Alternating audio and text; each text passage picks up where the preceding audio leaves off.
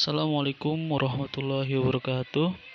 Saya Fajar Setiawan dengan NIM mahasiswa 190702902. Di sini saya akan menyampaikan pada kesempatan kali ini bentuk-bentuk badan usaha yang ada di Indonesia. Yang pertama ialah perusahaan seseorang.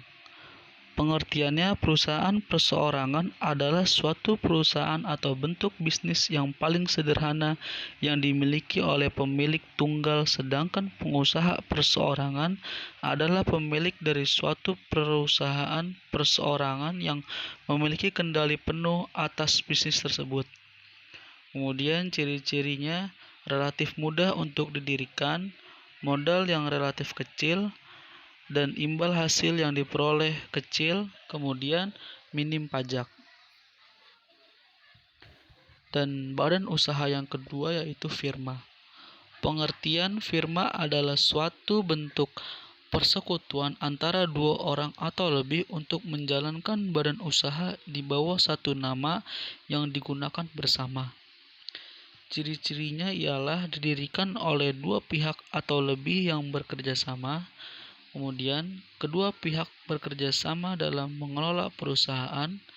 Kemudian, kedua pihak sama-sama bertanggung jawab terhadap risiko yang dapat terjadi. Kemudian, membuat perjanjian bersama antara kedua belah pihak. Hutang perusahaan dibayarkan oleh harta pribadi kedua belah pihak. Kemudian, badan usaha yang ketiga ialah perseorangan komanditer atau yang lebih dikenal CV. Pengertiannya, persekutuan komanditer adalah suatu bentuk badan usaha berupa persekutuan yang didirikan oleh dua orang atau lebih, di mana sebagian para anggotanya memiliki tanggung jawab yang tak terbatas dan sebagian anggota lainnya memiliki tanggung jawab yang terbatas. CV biasanya didirikan dengan akta dan harus didaftarkan. Kemudian ciri-cirinya memiliki pendiri dua orang atau lebih. Kemudian terdiri dari dua sekutu, yakni sekutu aktif atau sekutu komplementer, dan sekutu pasif, yaitu sekutu komanditer. Kemudian sekutu aktif mengelola perusahaan, sekutu pasif menanamkan modal.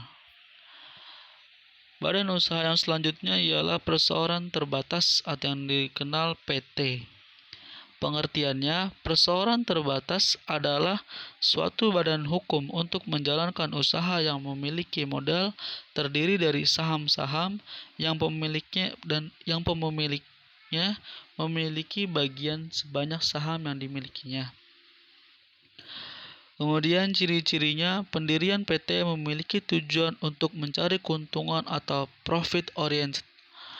Kemudian, perseorangan terbatas mempunyai fungsi ekonomi serta fungsi komersial.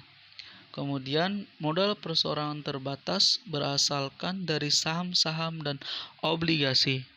Kemudian, perseorangan terbatas tidak memperoleh fasilitas dari negara. Kemudian badan usaha yang selanjutnya ialah perusahaan negara atau pemerintah.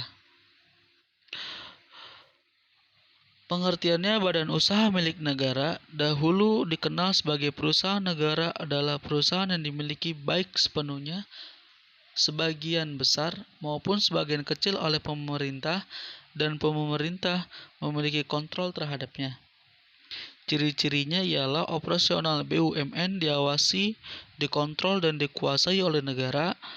BUMN melayani kepentingan umum dan pelayanan publik. Kemudian BUMN sebagai sumber pendapatan negara. Kemudian semua risiko kegiatan usahanya ditanggung oleh pemerintah dan menyediakan produk yang dibutuhkan oleh masyarakat. Lalu badan usaha yang selanjutnya yaitu koperasi. Pengertiannya, koperasi adalah sebuah organisasi ekonomi yang dimiliki dan dioperasikan oleh orang atau seseorang demi kepentingan bersama. Koperasi melandaskan kegiatan berdasarkan prinsip gerakan ekonomi rakyat yang berdasarkan asas kekeluargaan. Ciri-cirinya ialah bertujuan meningkatkan kesejahteraan anggota, kemudian keanggotaan atas kesadaran anggotanya dan tanpa paksaan. Kemudian kegiatan dilakukan berdasarkan gotong royong. Jadi ciri-ciri koperasi dijalankan oleh anggota dan untuk anggota. Kemudian badan usaha yang terakhir yaitu yayasan. Pengertian yayasan adalah badan hukum yang terdiri atas kekayaan yang dipisahkan dan diperuntukkan untuk mencapai tujuan tertentu di bidang sosial, keagamaan, dan kemanusiaan yang tidak mempunyai anggota. Ciri-cirinya adalah eksistensi yayasan sebagai entitas hukum di Indonesia belum didasarkan pada peraturan perundang-undangan yang berlaku. Kemudian yang kedua, pengakuan yayasan sebagai badan hukum belum ada dasar yuridis yang tegas. Berbeda halnya dengan PT, koperasi, dan badan hukum yang lainnya. Kemudian yang terakhir, yayasan dibentuk dengan memisahkan kekayaan pribadi pendiri untuk tujuan nirlaba, tujuan religius, sosial keagamaan, kemanusiaan, dan bertujuan ideal yang lainnya. Mungkin ini yang dapat saya sampaikan. Kurang lebihnya saya mohon maaf dan terima kasih atas perhatiannya. Assalamualaikum warahmatullahi wabarakatuh.